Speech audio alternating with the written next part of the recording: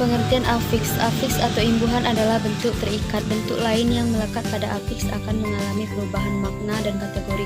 Perlu kita tahu aplikasi, yakni proses pembubuhan afiks sangat produktif dalam bahasa Indonesia sebagai bentuk kata.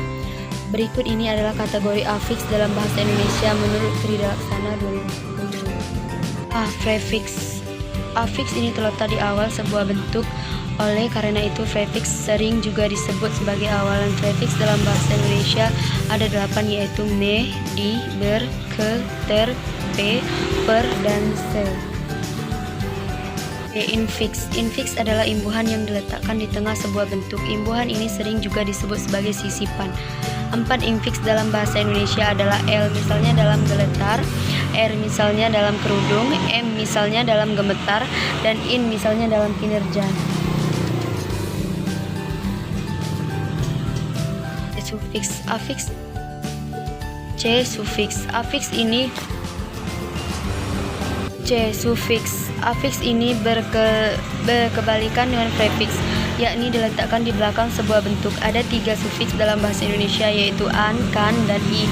Barangkali banyak dari kita hanya mengetahui 3 jenis afiks tersebut. Tentu saja pada masa sekolah dulu, prefiks, infiks, dan sufiks adalah materi yang tidak boleh melewatkan dalam pelajaran bahasa Indonesia.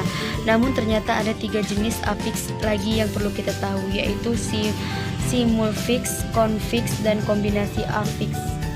D. Konfiks. Konfiks yang sering juga disebut ambiks atau sirkumfiks adalah imbuhan di awal dan belakang sebuah bentuk dasar. Bahasa kita mengenal 4 jenis konfiks, yakni kean misalnya dalam keadaan, pean misalnya dalam pengiriman, peran misalnya dalam pertemanan, dan beran misalnya dalam bertolongan.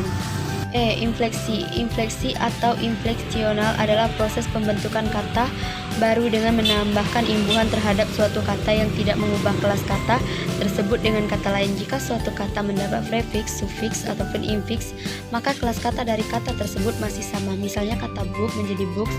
Book yang pertama adalah buku yang hanya berjumlah tunggal, sedangkan books adalah buku yang jamak. Akan tetapi, baik book maupun books, keduanya masih sama-sama sebagai kata benda atau noun. Contoh infleksi pada kata kerja, misalnya kata studi yang berubah menjadi studies, studied, dan studying. Imbuhan pada proses pembentukan kata studi menjadi beberapa kata tersebut tidak berubah kelas kata, semuanya masih menjadi kata kerja atau verb. F.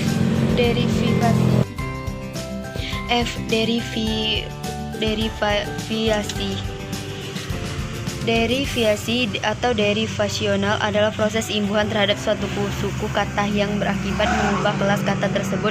Misalnya imbuhan pada kata sing menjadi singer.